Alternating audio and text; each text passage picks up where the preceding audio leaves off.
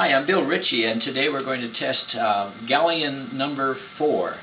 Kirsten is here from Oregon, and she brought 2 plates for me to test, 2 zinc plates with etchings that she did some time ago, she said.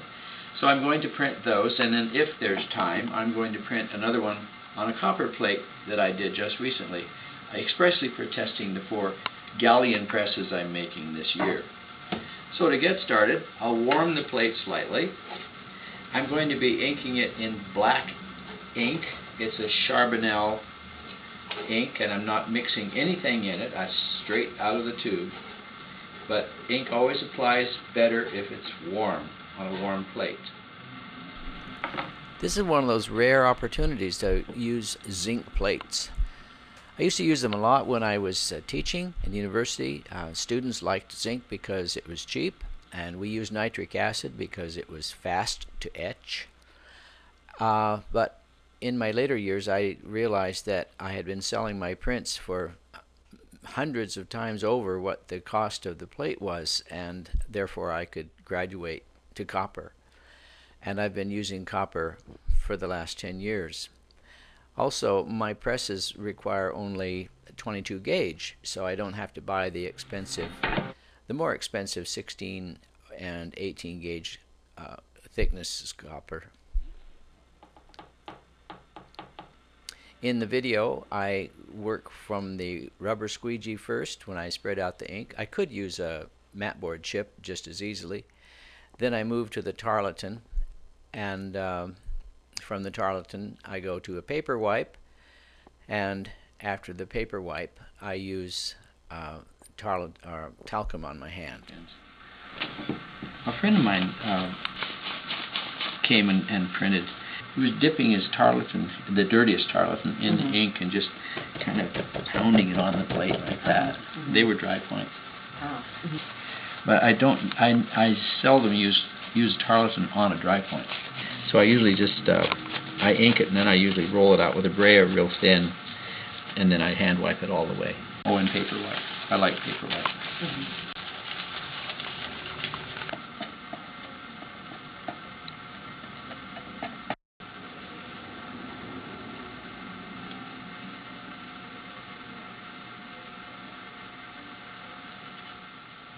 Oftentimes the first proof of the day isn't right. It's almost like the plate has to be tempered or conditioned or something, like the oils aren't really distributed as well as they could be. I'm going to warm the plates because they usually print better when they're warm.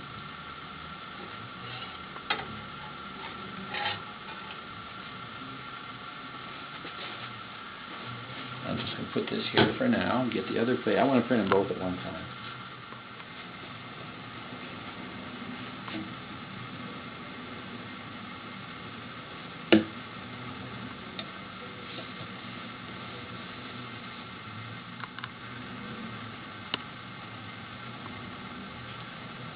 We'll try that.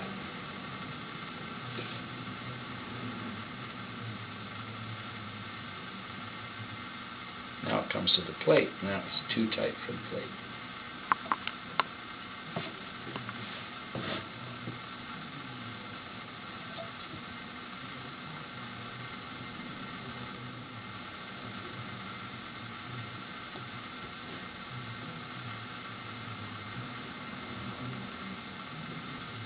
You want to get a sense for the... For the... Yeah.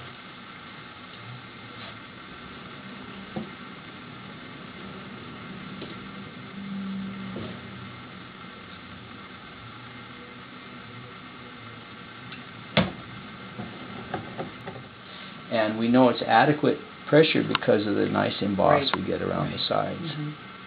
How's that for placement, huh? Yeah, pretty good? That's great. Yeah,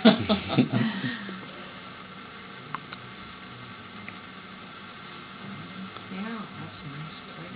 Does that look familiar? Really nice. Turned out. I had another plate ready, but I had a setback yesterday. I had done something wrong in the composition. I had to go back last night and redo it, so I couldn't possibly get it etched today. And I think I told you once, but the only time I get to make new plates is when I test the presses. Yeah. Sometimes David thinks I should give up press making and go back to art, because he likes my art just as much as my presses. But I guess he doesn't think I've made enough art.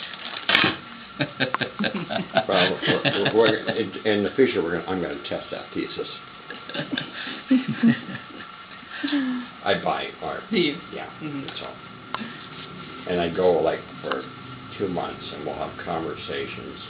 We'll talk, and I'll say, "Gee, what about that piece?" Then I will, in 4 days, buy 4 pieces, or something like that. Impulsive. I was telling Linda at lunch, selling art to David is a lot easier than making presses, because, as I told David, I'm staking my future on online distance learning. Now, we're kind of having second thoughts. We don't think it's really college stuff. It's more workshop stuff. Consider printmaking to be more like music than painting. And the printmaker composes, they build their plate, and then they run it on the press to see how it looks, or sounds, you might say, to use that analogy. And I'm going to print on white this time, but I have some gray paper. Now this gray has been seen better times. It's a little blotchy, but you won't see it when the print's done. I'm very frugal when it comes to paper.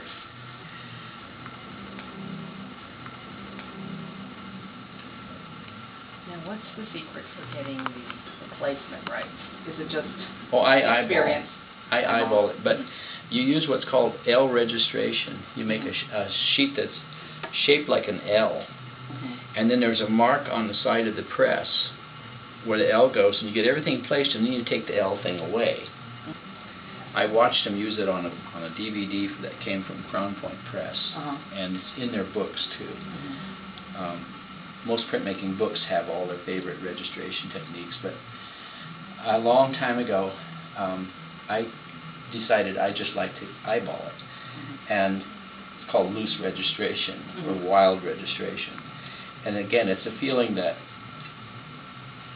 it's like playing an instrument. Your style of playing guitar would probably be different than someone else's style, and you can argue about which might be better. But it's your style. This is what, 10/10/03.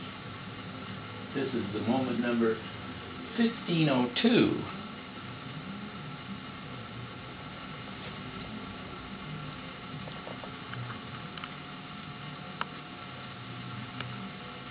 There it is. That's nice for a first color. And see, you can read it. I know how, or something like that, and I can see the word R and print. And then at the bottom, I know it says, "I will keep this a secret." So the title's going to be Secret Message. Okay, well that does it. We've done 2 test prints for Kirsten in Oregon. The one on the right here is her shoe etchings on zinc, and I printed mine on from a copper plate that I just started out, and I'll be finishing through the process of doing all the rest of the Galleon tests. I'm Bill Ritchie, and thank you for watching.